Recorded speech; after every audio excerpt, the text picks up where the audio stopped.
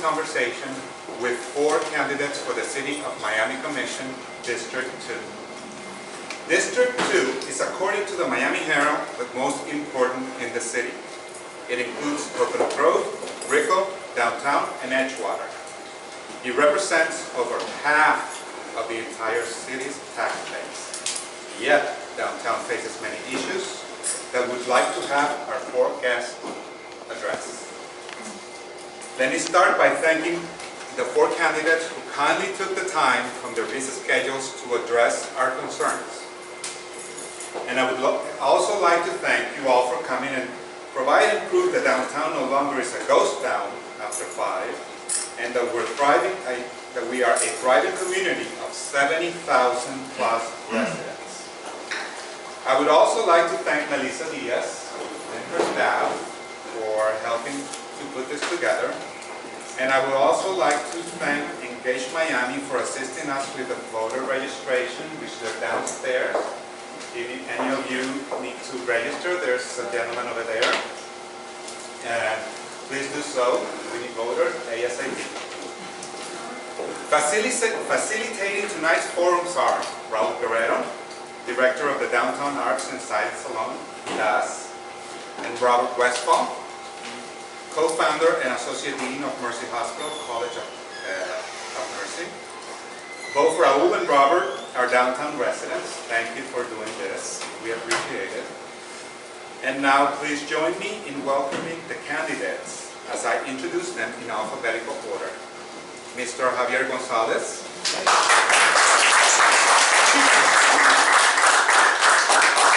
Mrs. Teresa Sarnoff. Ms. Grace Solares. And Mrs. Lori Woods.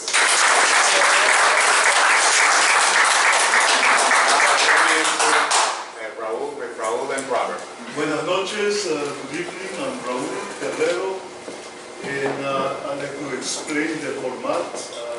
We will start with a 3-minute introduction by each candidate, and we will proceed to have a facilitated conversation for 45 minutes, and then we will open the floor to questions. And we will conclude with a 2-minute closing remark by the candidate. Unfortunately, Teresa Sarnoff has to leave early. She had another commitment, but we will have her here for a little while. Before we start, I'd like to also explain why we have invited only 4 candidates. I have attended other forums where the 9 candidates were present, and it was impossible to have an intelligent, substantive conversation. It was more like a catalog of slogans. I do not wish to have that. I want to have an intelligent conversation centered exclusively in downtown Miami. We have one of the candidates here who will be participating in the following debate. Seth.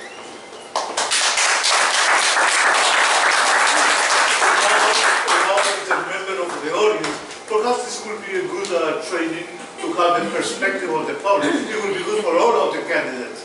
So with that said, please let's start. Thank you very much. As Raul and Pascual graciously forwarded to, I happen to be the co-founder and associate dean of Mercy Hospital College of Nursing. I can tell you, having founded an academic institution is no easy feat.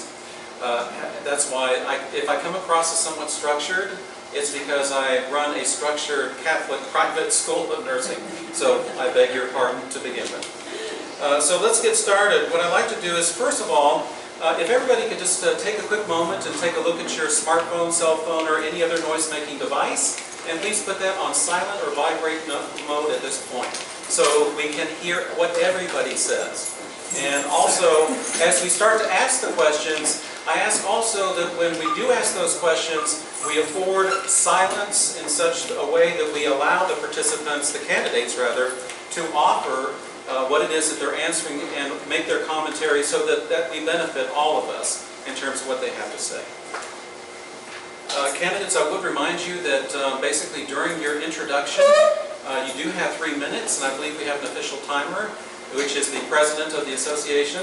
I promise the timer is not rigged. I looked at it myself to make sure there was an equal allotted time of 3 minutes for each one.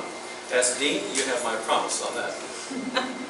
Okay, so having done that, let's get started, and let's do so in the same way for consistency purposes as the president of Lots 2 Downtown did.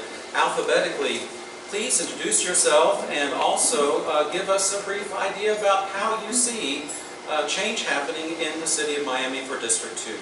Let's start with Mr. Gonzalez. Mr. Gonzalez, please. Hi, good evening. Again, I want to thank everybody for coming out here and taking your time. This is a very tiresome effort that we do, coming out here and taking a lot of your personal time to listen to us, speak to you, and try to give you a lot of ideas. My name is Javier Gonzalez. I'm a local kid. I came from Cuba in 1965, and I grew up here. I grew up in the Grove, and I went to the Douglas Park area, and I currently live in the Grove. But as a real estate agent and one of the top agents in Miami, as a RE/MAX agent, I have always dealt with a lot of the issues that we go through, from not only from Coconut Grove, but all the way up through the whole district, as far as Morningside, even further up, even when it used to be Palm Bay. So again, I have a very good understanding about what we talk about and the things that we deal with as a resident. I'm also a condo president. I was a condo president. I resigned in April to run for this endeavor. So I know what condo presidents go through. I know what the buildings go through. I know what these areas, the challenges that we face as condo owners. Main one is that a lot of times we, especially in the current days, we're mostly a rental building, and it becomes difficult to manage rental buildings. But that's for another topic, and I'm sure we'll have some of those conversations. So what I ask is, don't look at us, and some of the other candidates are going to come in, maybe some of the other ones will be, don't look at us as Grove-centric. A lot of times you'll see the press say about us being Grove-centric. The reason is, a big chunk of the voting block comes out of Coconut Grove. Oh, usually anywhere between 3,000 and 3,500 out of a 6,000 vote comes out of Coconut Grove. One of the cool parts about what's going on in this election is we're trying to generate more votes out of Brickell, downtown, Morningside, Wynwood. We're trying to activate more voters. That's why we have voter registration drives. So I think it's crucial that every resident here try to activate even more voters. It is the only way you make any kind of change. If not, money dominates the conversation. Because if I can only need 3,000 votes, I can manufacture 3,000 votes if I have enough money.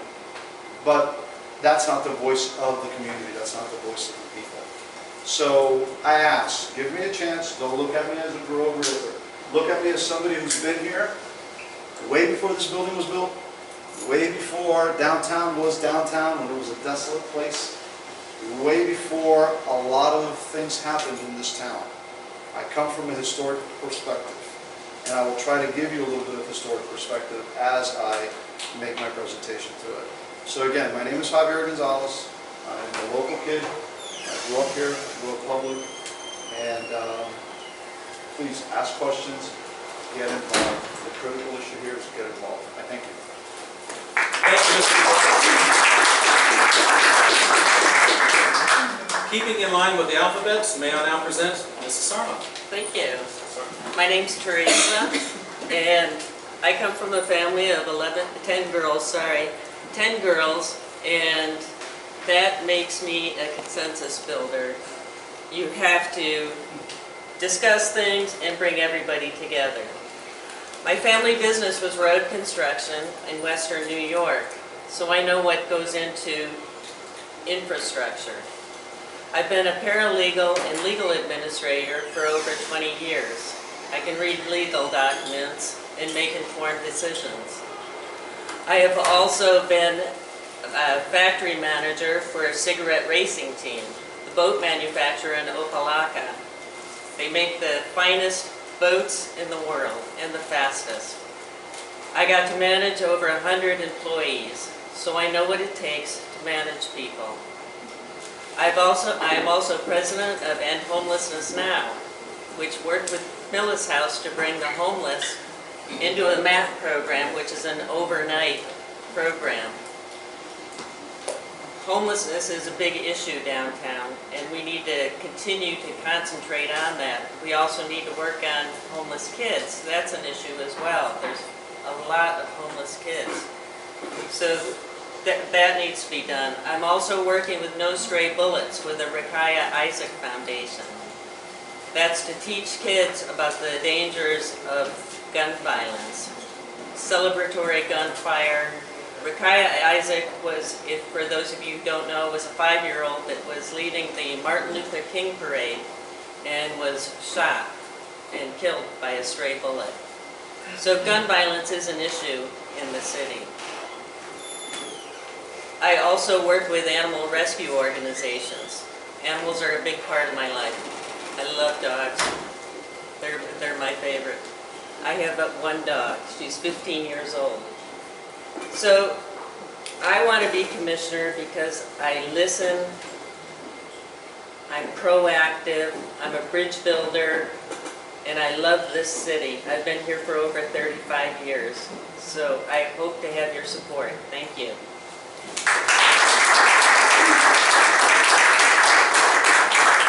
Thank you, Mrs. Sarno.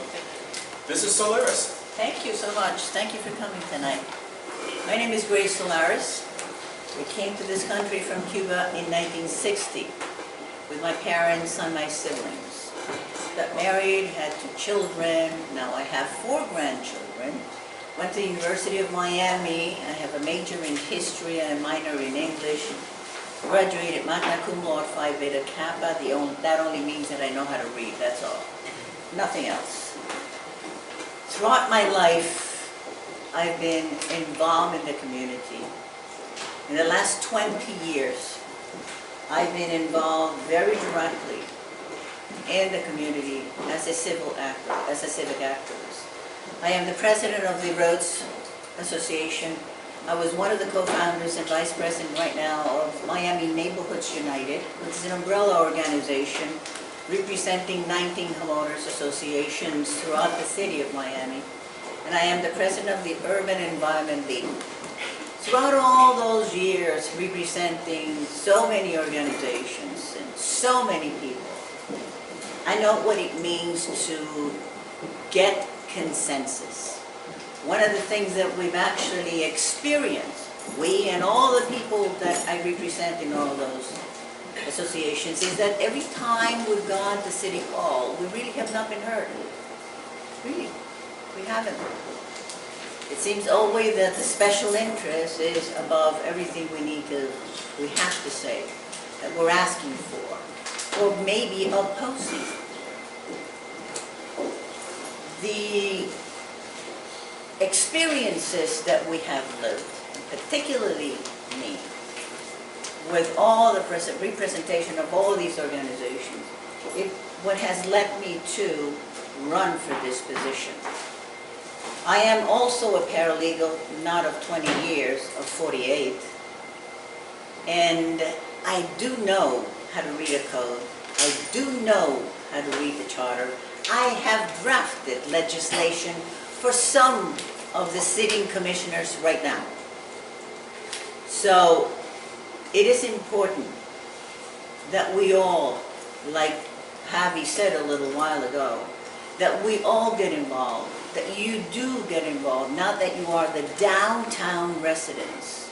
Because the city, and most particularly District 2, is exactly what he said.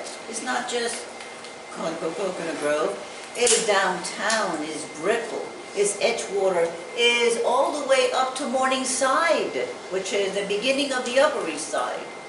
Everybody needs to get together, because when you get together, when you form a consensus of people, and you actually go before the city, you have some power.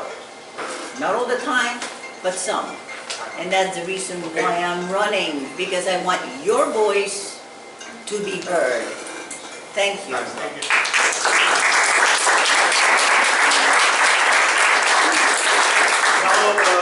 Now that we are all friends, I'm sorry.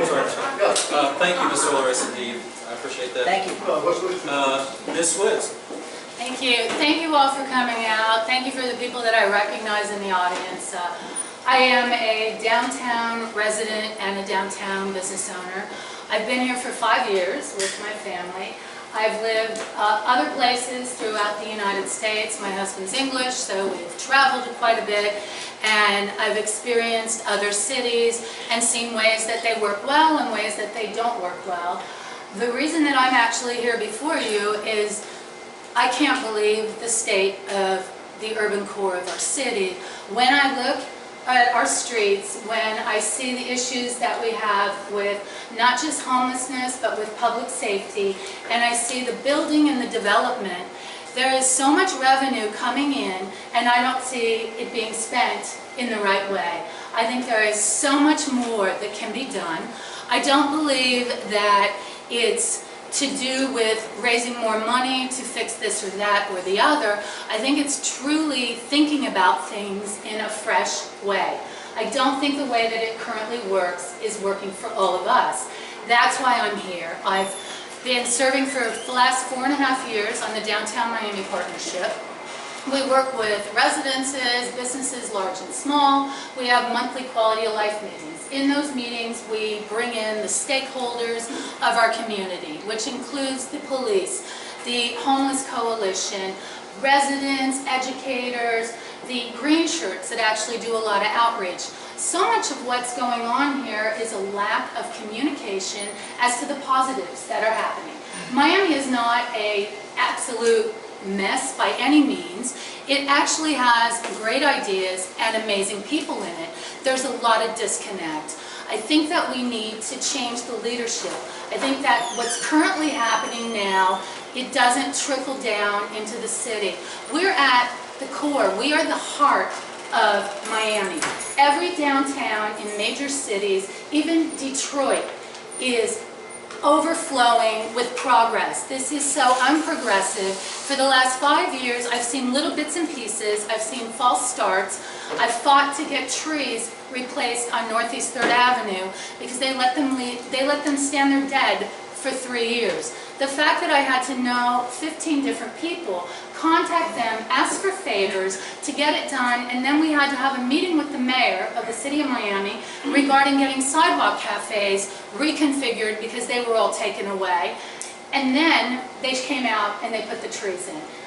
This is just wrong. It's everybody matters. All of your voices. It should not be, you know a commissioner, you know somebody at City Hall, you get a meeting with the mayor. I think it's wrong. It's so necessary that all of us matter, that you have somebody that works with you. And that's why I'm here. Thank you.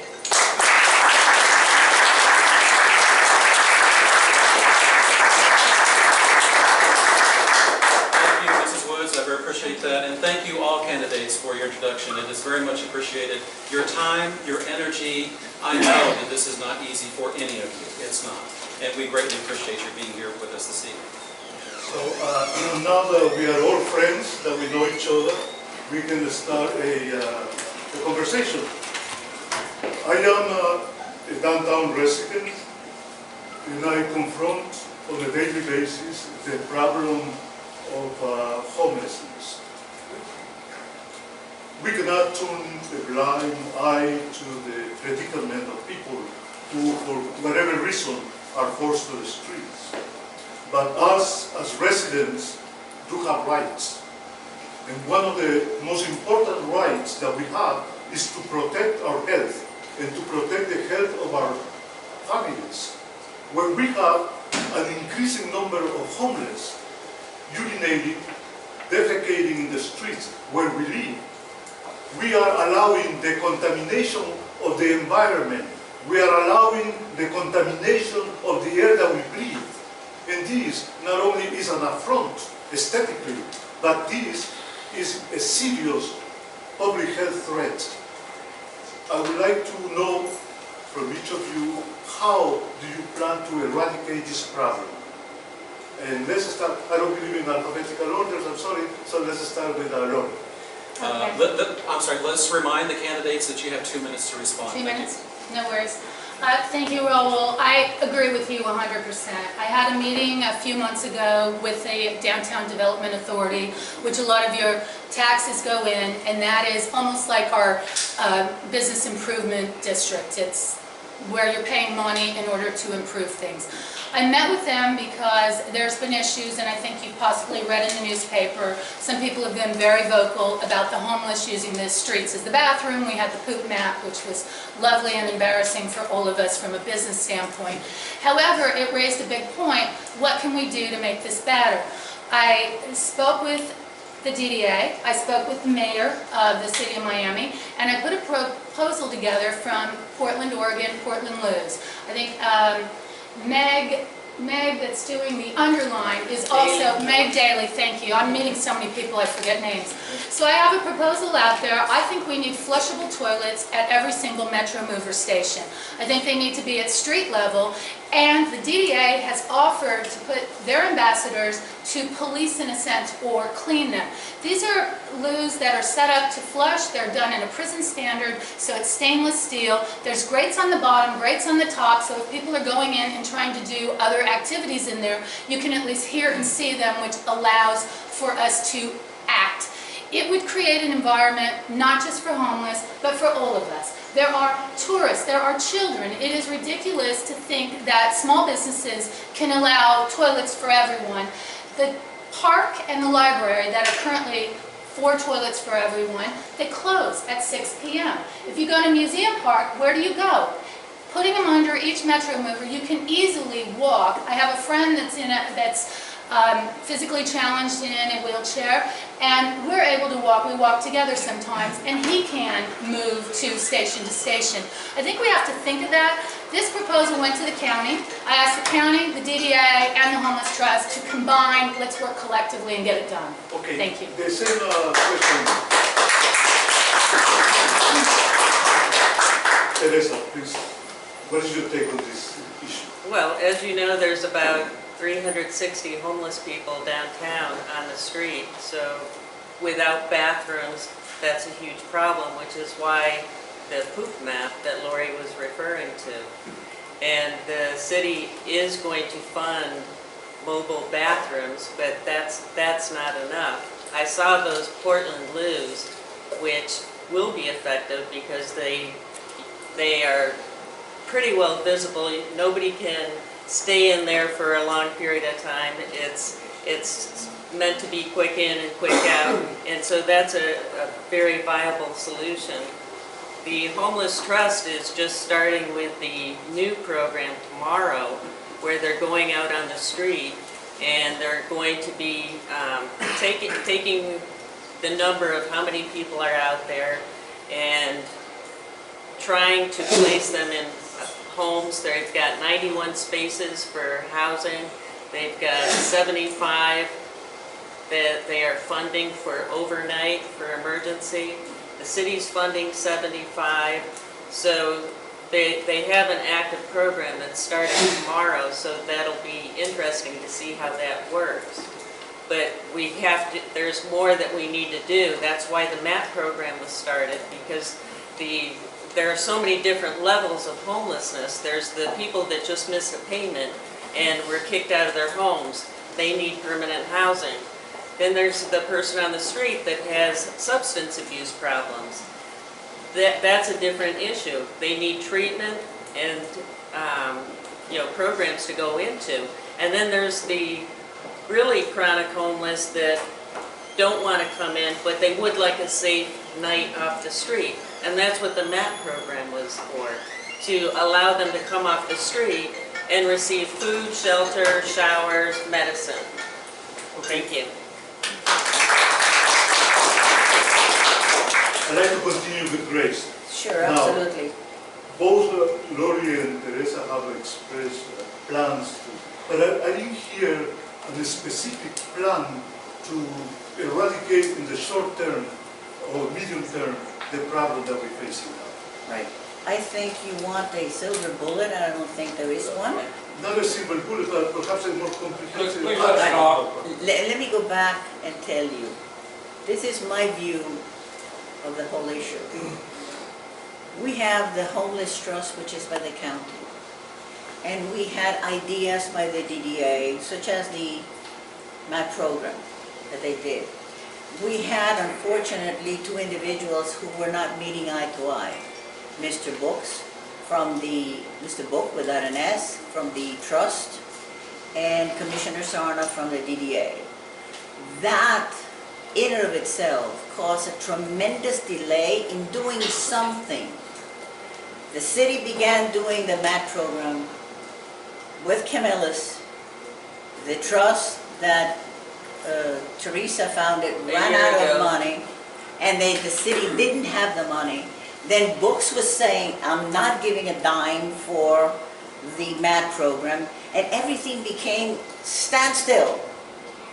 Nothing was being done, because we had these different, the individuals who had different opinions as to how to take care of the issue, and nothing was being done. At that point in time, all kinds of meetings began all over again. The mayor of Miami came in with $500,000 for the portable toilets, at least to take care of these people who are doing that. Had an opportunity to go to the bathroom someplace that was not in your corner, downstairs, on your sidewalk. That belonged. There are conversations I've heard of maybe increasing those portable toilets in here. Now I see that there may be some future, some bright-eyed at the end of the tunnel, some bright light at the end of the tunnel, because now we have Mr. Brooks. Thank you. We have Mr. Brooks agreeing to certain things and helping out also with the Camillus section. And there are some apartments coming in line to try to put those people in there and also provide for those that Teresa just mentioned about the drug programs, getting them into those programs right away. So it is, I think you're going to start seeing real changes now, because the agency that has the money, that gets $56 million a year for that purpose, is now on board and trying to actually take care of this thing. And finally, Javier, I think it would be best to withhold the applause for the end of the presentation, because we're running out of time. Javier, you have a lot of the answers have already been discussed. In every great country, in every place, I just got back from Paris, and as you travel throughout all of the areas, every subway station, every station has these toilets available for individuals. Homelessness is looked at as a different type of situation in other countries. We need to become a little bit more compassionate as we look at our homeless situation. But the reality of it is, while it is a downtown Brickell problem because we are the urban core, it is a Miami-Dade issue.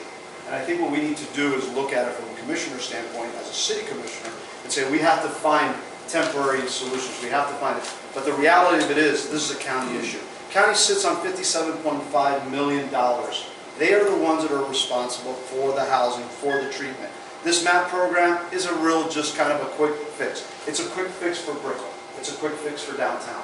But it is not a long-term solution. So what we really need to do is, as a commissioner, and Grace touched on it very, very, very well, you have to be able to work with who has the bucks and who is responsible for it. And you have to encourage good ideas and strong ideas.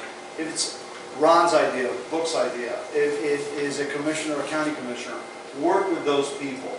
But the reality of it is we have to become more compassionate. We do have to put the toilets out there. We do have to make it more suitable. But at the same time, we need to make sure that it doesn't just continue to be a Brickell issue.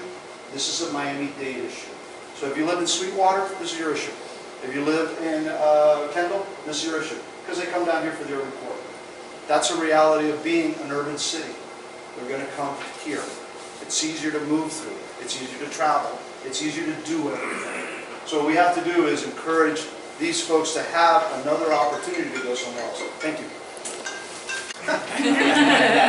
I probably don't need to say a whole lot more than that, but I'll say a couple of issues living in this building as an owner resident. I can assure you, I spent more time in traffic from living in downtown and traveling to Mercy Hospital and back than I did when I lived in Miami Shores going to Mercy Hospital. It really just should not be like that. It really should not be this complicated. I know it's a complicated problem. There's no doubt about it. And I agree. I don't think in this issue also, there's probably no silver bullet. But what I'd like to hear from is, what are the ideas that you might have that we could enhance this problem? What could we do to keep somebody like me, and I'm being selfish with this, I apologize, if I'm walking to Whole Foods, which I'm kind of taking my life in my hands, we all know where that's at, those of you who live downtown. So let me just stop right there and say traffic is kind of a safety and a congested issue altogether. I'm a dean, I'm sorry, I'm alphabetical, so that means Mr. Gonzalez, you are up first. This is my answer for everything, flying cars. That's the only thing that's going to happen. This issue is so complex. It starts from a historical standpoint. I was always going to tell you that I'm going to touch on history. We were built as a car culture. When Miami was rolled out, it was built as a car culture. We are not built for infrastructure the way that we're doing it. We're basically catching up to something.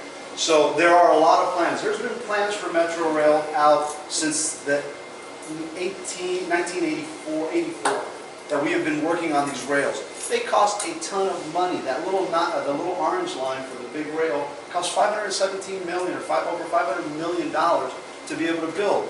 So if you ask, I said, I need $50 million to extend the Bay Link, and you're going to say, wow, I'm going to get $50 million bucks to a politician? I don't think so. But the reality of it is, we need to spend money on infrastructure. We have 7 rail programs out there right now that we need to fund. And the rails are already set up, they're already going. So that's one. We have the MPO, we have the Transit Trust, we have now Uber, Lyft, now we have ZabCab. So we have all of these programs in place, but our reality of it is we're bordered by Biscayne Bay and we're bordered by the Everglades. And in the Brickell corridor, going back to the downtown corridor and the Wynwood corridor, you suffer from something called the Miami River. And that river has traffic. So one of the solutions that's been posed, and I think it would be a great idea, it says, you know, they're going to have to start it on like Southwest 13th Street, is to drop the Brickell Bridge and put it underground. But that cost is going to be huge. That will alleviate traffic. We are the only big city that has to cross a small body of water a lot of times. So I think we need to look at every opportunity for traffic reduction. I mentioned it at last night's forum. Reward and punish. You reward people who use public transportation, and you punish people who come in cars. It's that simple. Thank you. Mrs. Sarnoff, please. Sure. Same question.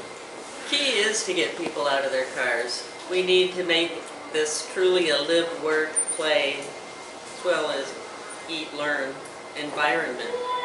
And to do that, you have to, the traffic is going to push people out of their cars, but we also need mass transit that will accommodate it. We need an east-west connection.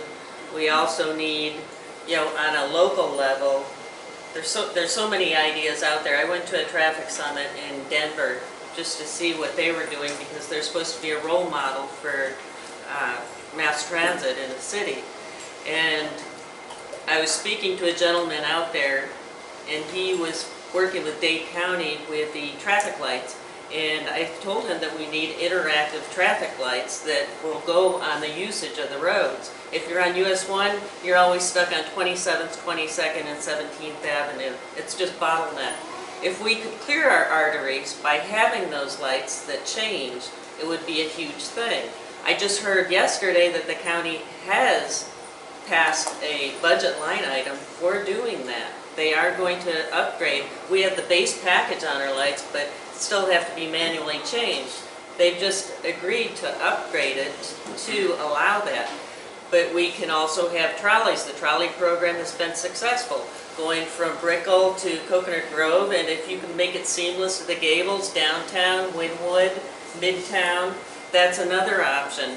The Brickell Bridge that Javi mentioned, that goes up and down like a yo-yo, and it's only supposed to be doing during off hours. If you have the app, What Up Bridge, you can see whenever the bridge goes up, it texts you a memo to let you know. but they need to be they need to follow the rules and only go up at the appropriate times. Then the underlined bike, Thank you very much, Mrs. Sure. Solares. Mrs. Solares? Yes. Your take, Before I answer, I'm going to try to give you a solution to your problem. please. Take the Metro Mover to the Metro Rail, take the Metro Rail to Vizcaya Station, get off of Vizcaya Station and get the trolley that goes directly to Mercy Hospital. How do you like that one? And you don't have to take your car. I thank you for that. On a selfish note, I thank you, but I must appear impartial, but thank you for that. So this is another issue that is very important, and that it does not have a silver bullet. Why? Because the city of Miami, what it did was, let's build them now, let's plan later. And that does not work, has not worked. We don't have a culture, unfortunately, for walkers, or for people who take mass transit,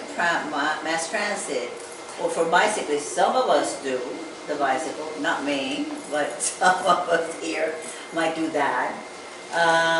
But there is no question that the way that Miami 21 was drafted was actually to force the population to actually use mass transit, not to use cars. And unfortunately, in order to do that, we did it, the city of Miami did it, without actually educating the population. And that's a real problem for all of us. We now have to come up with the issue of probably synchronizing the light. But the Washington Post, I read that in Los Angeles, it took 30 years and $400 million to actually do the synchronization of the entire city. And now they're wondering whether it's really working.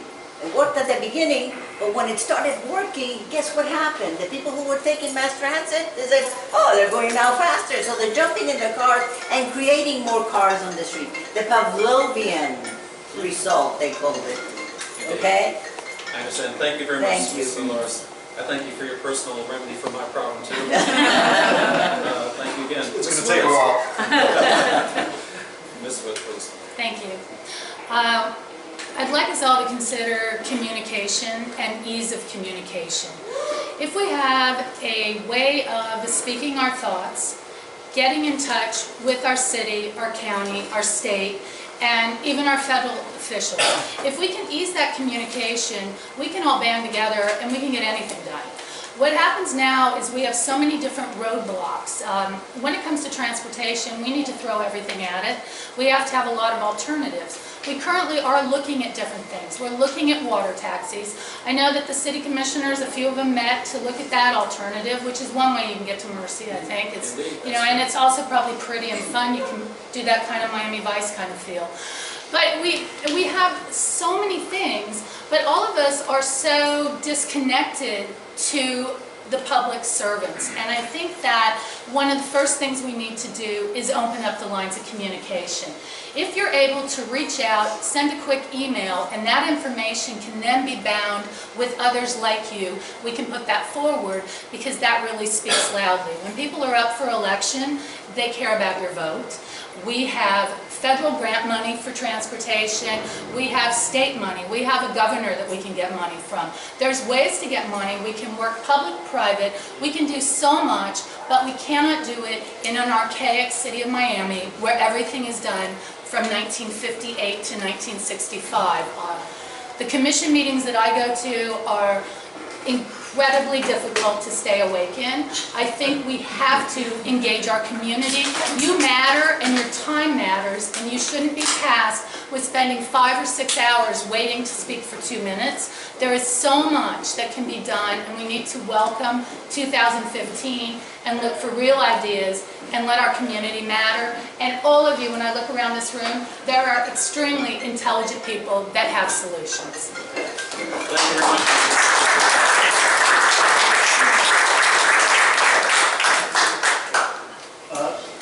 Now that we touch upon the future, let's talk a little bit about a very important aspect of the future. In preparation for this forum, I asked the public to send me some questions. and this is one question that I have. Our neighborhood is undergoing a tectonic shift in demographics, with families moving in everywhere, and little is being done to address schooling. So my question is, what will you do regarding school or the new families of that town? Let's start with Teresa. That's with the Miami-Dade County school issue, but as City of Miami Commissioner, you need to be proactive in addressing that issue, because we do have a lot of young families moving in and they are looking for schools. And this goes from Brickell all the way up to Biscayne Boulevard, really, where they're looking for schools all the way from elementary to high school. And there's a real need for that, so that has to be addressed. It has been some talk of trying to negotiate with developers that are building to come in and build a school, and then above that have, condos or, living or office areas. So that is one way to address that, is to try and have a public-private partnership where you can get this done effectively and move forward. Thank you. Thank you, Tanya. Grace? Please. Thank you so much. This is one of my issues in my platform, education. And although I recognize that a city commissioner does not have jurisdiction over schools, we certainly can work with the school system. The city of Miami owns a lot of property in the city. I don't see any reason why we cannot partner with the school system. And we provide the land, they build the school in the areas that it's most needed. Like, for example, you here in downtown, maybe, I don't know how many of you are couples who have children, but you need to, like this one right there. Children right there. This one right there. You need to have schools close by. And the city of Miami owns a lot of land. I will definitely contact the school system if I get elected and try to do these kinds of, call it SWAT, call it joint participation for the purpose of education of the children. We will give the land, you build the school. And that's what I would do definitely. Thank you, Tanya. Thank you. Do you have that power? Or do you have that power as a commissioner, or you have the? You can. No, I will call the school system in. The first thing I said is I don't have the power. Okay. No city commissioner has the power. Too great to Okay. Lauren, please. I think that those are excellent points. I think that we have to look outside the box. We've got to find ways, and I think right now the big buzz is always public-private, and that's where we've come to as a community, as a society. And so let's springboard off of that. Let's look also at our college. We have a community college here that's actually very versed in a lot of other areas. I'm working with the children's movement of Florida in order to look at the early childhood education and how we can get a private board to get involved and do something in downtown so that we can take our kids that are pre-K and get them better educated so that they then step into gifted and also charter schools, etc., to move forward. If we can take that movement and energize it, then we can build it. It's all about all of us, as I said before, communicating. There is enough wealth here, there's enough space, we can do all of these things. What we really need is we need somebody to drive it, we need some direction, and we need to collectively gather our voices and push forward. And I think that it is truly something that can get done. Javi mentioned at one of our other meetings about using some of the spaces in some of the high-rises that are empty, that are for lease. Taking things temporarily and looking at that idea, which I think is excellent. We have somebody here that comes with ideas. Other people, Teresa, Grace, all the candidates that I work with, you have incredible people that really care and want to make something different happen for all of us. If we can tap that information and tap the best of all of us, we can make anything happen. I think we are so much stronger as a collective group, and that's what I would push for. Thank you. You know, the idea when I presented it was, we have all of this space on that we use for commercial space. And again, we think rigidly in a town that's always been fluid. Miami's always been a fluid town. It's just our history, it's our life, it's who we are. So what happens is, why don't we take a novel idea and implement it? You have to go through the mechanics of it. Grace mentions that you have to go through the Miami-Dade School Board, which is archaic, they move slow, but maybe we can get them going. What makes school from 1st to 5th grade being elementary? Why can't we go 1st to 4th in certain areas? We can do this, and we can use the spaces that are available to us. So if it is underneath a building and we have to acclimate it, we can't put in 1 through 5, we got to go 1 through 4, then let's do it. But it's ideas that get it. We are an urban core. We cannot think like a suburb. District 2 is unique. District 2 has suburb, and wow, lots of stuff. And that lots of stuff needs a lot of attention, but it needs innovative ideas, and it needs ideas that are not your typical. Every time I hear we're Manhattan, I want to kill myself. We're not Manhattan. It doesn't snow here, and it's hot as hell here. Okay? And the reality is, we don't have the infrastructure that Manhattan does because it was built differently. So every time I hear that 6th borough, I want to shoot myself. You know? And so we have to come up with our own innovative ideas. Lori hits on it. We can be creative. There's nothing out there that tells us you got to do it this way. Parks, linear parks. The underline is the most brilliant idea. You've got this 10-mile thing that you can just put a park underneath it. It's like, holy heck, who came up with it? You know, so there's a lot of ideas out there. We have to use them, and we have to be innovative, and we have to listen to the needs. As a commissioner, that's our job. Our job is to listen. It's not to implement, it's to listen. And then we can set ordinances to help everything out. So, listen, we'll listen. Thank you. Another question that I got, and the questioner is here, so I will allow her to ask the question directly. Melissa, please. Hi, everybody. Hi. I don't want to throw you off guard, and I hope you know what I'm talking about when I ask you this, but it's something that's affecting quite a couple buildings around us, and some of you, or if you've ever been condo owners, or you are condo owners, maybe you are aware. The City of Miami recently imposed a fee associated with obtaining a certificate of use for the building and all residential condominiums in the area on a yearly basis.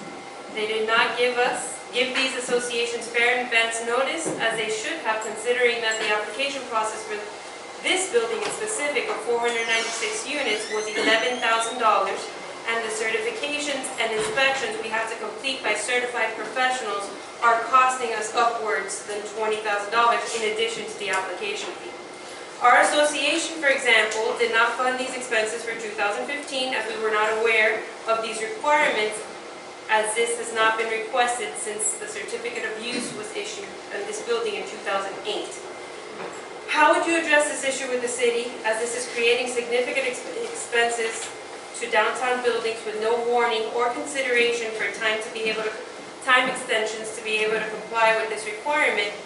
And if you're aware, or if you can ensure where this money is going, if each building is paying anywhere from $10,000 to $30,000 per year, is this money going to be used to improve downtown area services, hire more law enforcement, etc.? Or how would you make sure that this money is being used for this area, since this area, the buildings in this area are who's paying it? So let's start with Lori, please.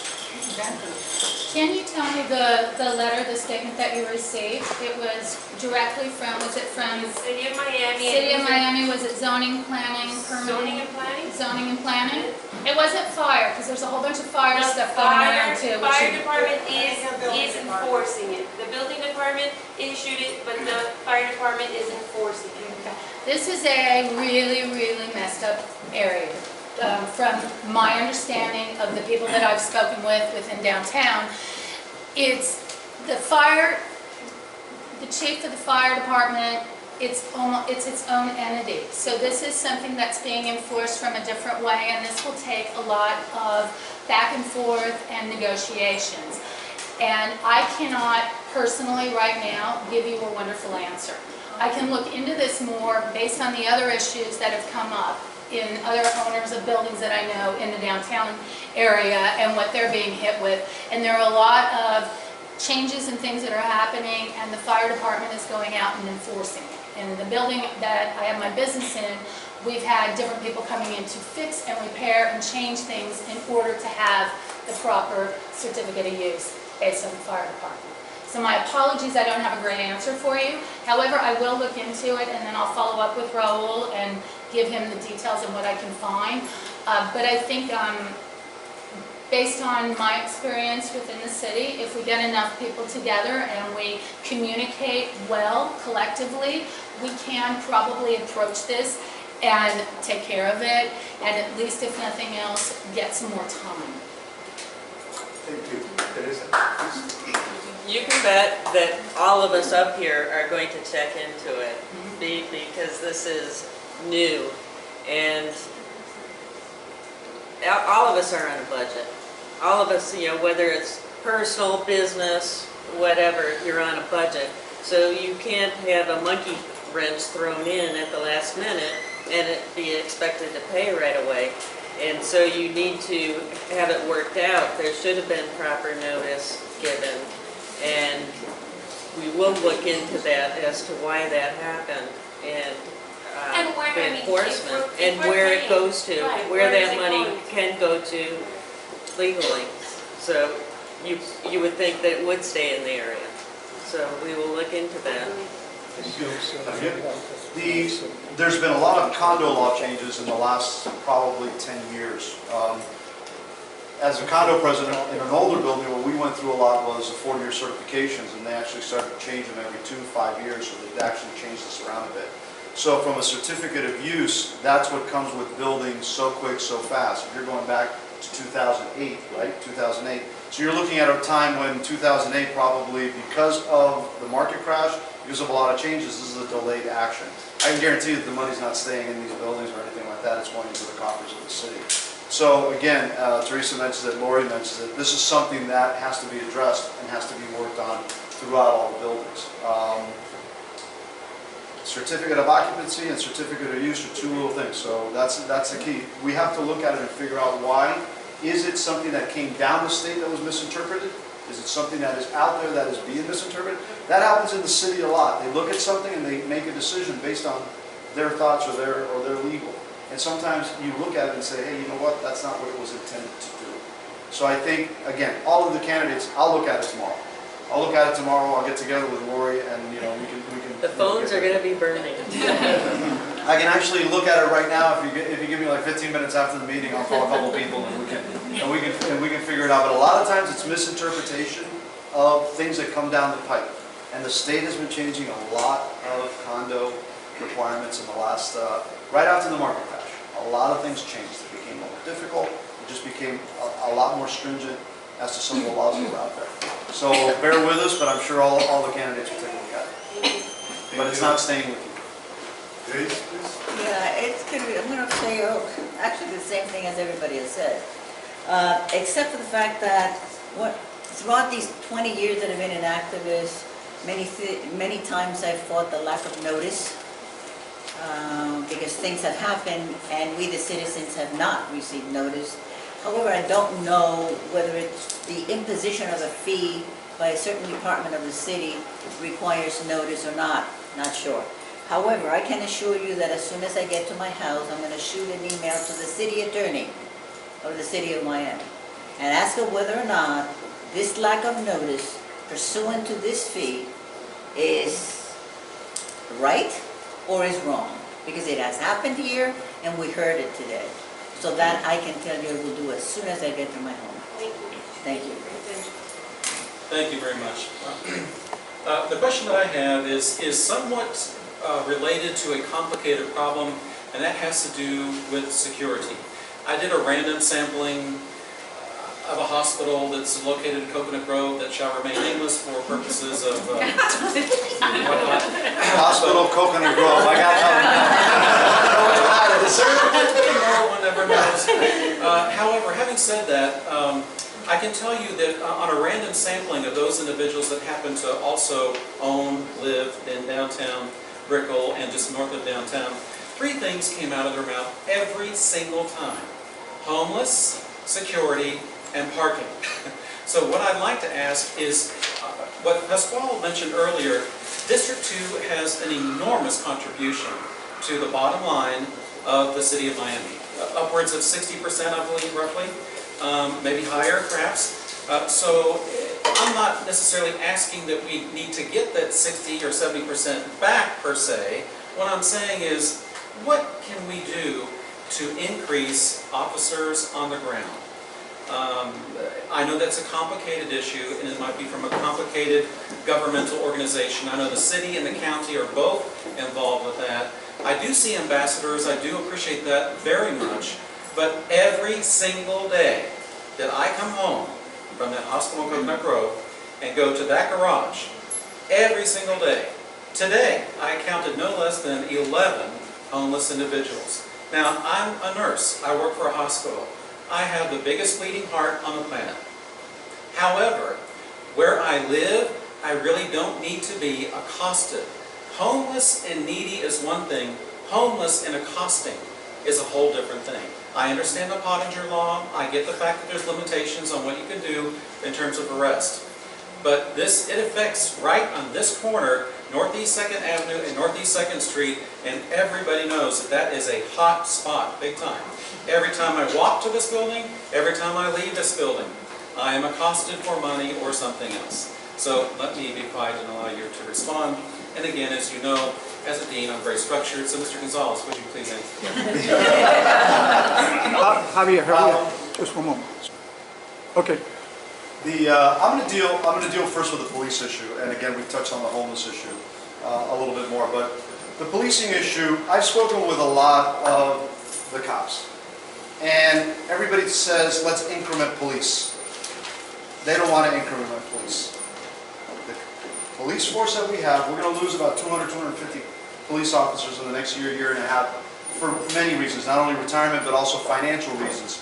These folks work on a pension, they're on a 401k. If you follow the market, you know that the market is tanking. So a lot of these guys are going to try to get out quicker so that they can lock in their rate.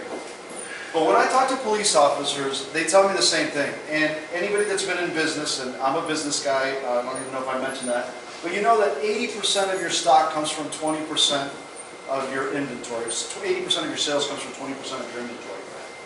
I can guarantee you that the majority of policing, effective policing, comes from less than 20% of the officers. And when you talk to commanders, when you talk to the guys on the ground, when you talk to all through the city, they tell you the same thing. If I had better staff, if I had better officers, if we could offer them better benefits. It's not about incrementing, it's about both putting out a better product. We compete all the time against other cities and other counties for officers. We need to better our packages, but to the officers that we have. Unions are striking another deal. They want a different thing. They want more. They want more. They want more. The guys that we got on the ground are good people. We got good folks. You've got to make sure that we keep them happy and the morale will stay in there. I think then, once we've established that these guys are, I mean, you have cops that, you know, one guy's doing no arrests in 9 months and you've got another guy doing 10, 15, 20. There's an issue. It's talent. And you've got to be able to pay for that.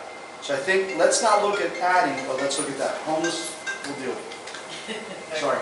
Thank you, Mr. Gonzalez. Same question, Mrs. Sarno, please. I have been saying all along that we're low on police officers. We are. We're at 2 officers per 1,000 residents, and we should be at 4 officers per 1,000 residents. We need to get the number up. The downtown population has doubled, and the number of police officers serving it has remained level. And that's a public safety issue that has to be addressed. Now, as Avi said, we need to pay our officers more. Right now, they're the lowest paid in the region. Gables, Beach, everybody's paid more than our officers are. And we need to have quality individuals.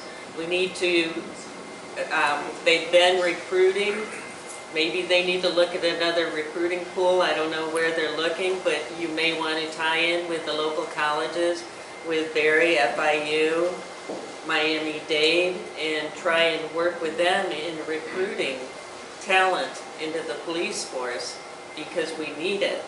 And that would give us community policing, which would have boots on the ground, on the street, eyes on the street, which would help with the problem that you're talking about with the aggressive homeless.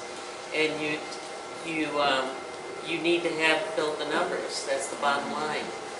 Thank you. Thank you, Ms. Sarna. Mrs. Solares? Yeah, I agree we do need more police officer on the ground, but I agree with Javi that we need to pay our officers a bit more. One of the discussions through the budget hearings that I attended was that the county is going to be asking or trying to recruit about 1,000 new officers for the county. And they were talking about the difference between the county pay and the city pay. And the fact that both the city and the county were going to be looking at the same pool of people. So therefore, we're going to be, unless we pay a little bit more, we're not going to have that many people.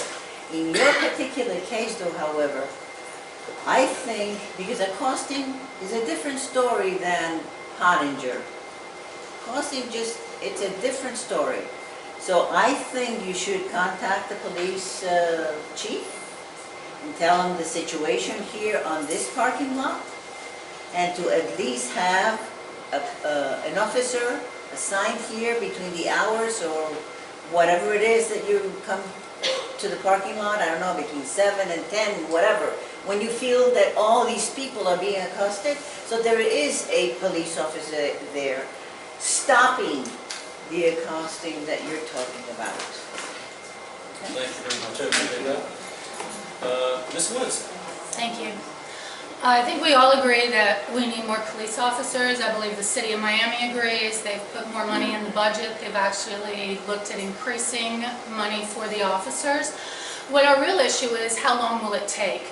We're looking at minimum 12 months to get somebody from the interview process out onto the streets. The reality is really it's about 16 months. So what do we do now? I think that we need to prevent the crime prior to 16 months from now. And overall, it's going to take about 5 years with the attrition for us to really get over the 1,300 number and have the right amount of officers. But during that time, most likely our population is going to continue to grow. I have put together a proposal working with a private security firm. The private security firm has worked with the police officers during Ultra and other events that we've had downtown. They do not carry guns, but they carry radios, and they are in communication with the actual officers. We can get 6 officers working in sets of 2, so we've got 2 every 8 hours, so 24 hours a day, working in our urban core. They would be able to continue movement, working throughout everywhere so that we have a safer environment. The cost of that would be just about $1 million. We put that proposal out. Each commissioner was given $1 million for pet projects, I think, a week or 2 ago. Before that, they were given $1.5 million. This is something that will help us right now, and we should have it. And it's not a perfect solution, it's a Band-Aid solution, but when it comes to our safety in our community, we need to do something rather than say, oh, 5 years from now, everything will be great. I think it's time that we step up and we get something else going and we look at alternatives. Let's think outside the box. If I can add a quick little thing to Lori's brilliant idea, is that the commissioner has to have the stones to stand up to the union. And that's really a key issue. And I love Lori's idea, and she will be a good commissioner to stand up and fight with. I didn't want to. I just figured it. Okay, so